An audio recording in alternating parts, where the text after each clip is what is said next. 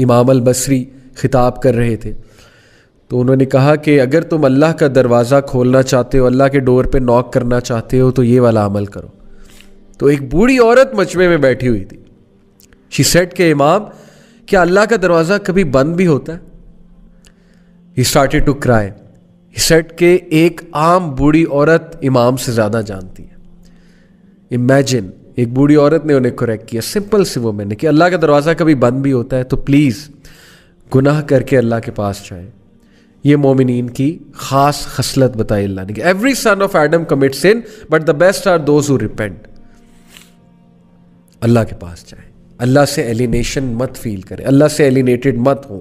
لیکن اگر گناہ کرتے رہیں گے تو وہ فیلنگ نیچرل ہے، وہ آ جائے گی، سینس آف ایلینیشن آ جائے گی. The fourth consequence, again very deadly consequence, things becoming difficult for that person. گناہوں کی وجہ سے چیزیں مشکل ہونے لگیں گی.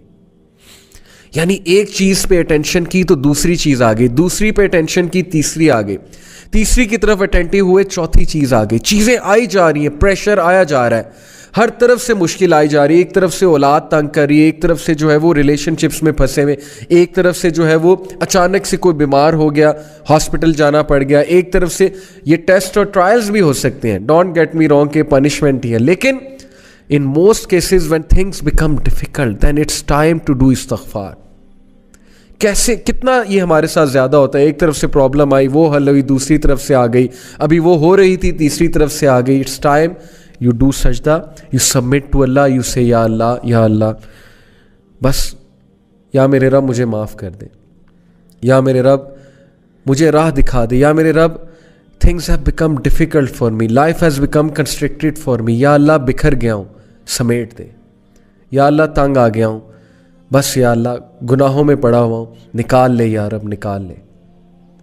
So please when things become difficult for you understand, see your routine. کہیں آپ کوئی گناہ تو نہیں کر رہے، کسی کا دل تو نہیں توڑ رہے، کہیں آپ حقوق العباد میں تو کمی نہیں کر رہے.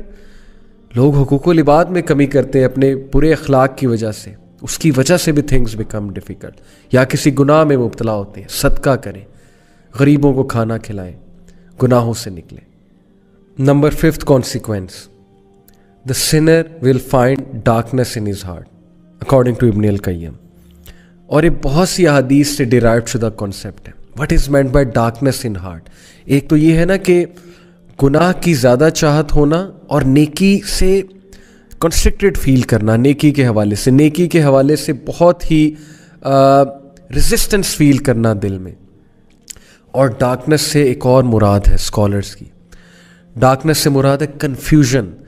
جو بندہ گناہوں میں مبتلا ہوتا ہے نا، اس کی کنفیوز اسٹیٹ ہوتی ہے. یو مسٹ ہیو سین، آپ اس سے بات کریں، یو ول ریئلائز کہ پتہ نہیں وہ کیا بات کر رہا ہے. ہی از آل کنفیوزڈ اور شی از all confused.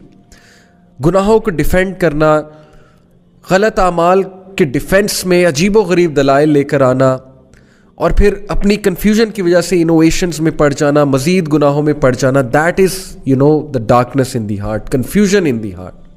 And that's because of the sins. استغفار کریں. اس کنفیوژن، یہ کنفیوژن ختم ہوگی، آپ کو حق حق نظر آئے گا، باطل باطل نظر آئے گا. بہت سے لوگ کو آپ نے دیکھا ہوگا کہ گناہوں کی وجہ سے وہ باتیں ہی ایسی کرتے ہیں کہ اگلا کہتا ہے یار this person is all confused, they are not making any logic at all. So please یہ ڈارکنس کو ختم کریں with the obedience of Allah. Abdullah ibn Abbas کا میں آپ کو ایک کوٹ سناتا ہوں. He said good deeds make the face light, give light to the heart and bring about ample provision, physical strength and love in people's heart. سبحان اللہ. اچھے اعمال، نیکی کے کیا کیا فائدے ہیں سن لیں.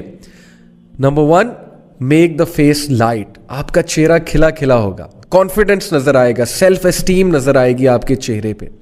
آپ کی باڈی لینگویج ہی چینج ہو جائے گی نیکی والے اعمال سے.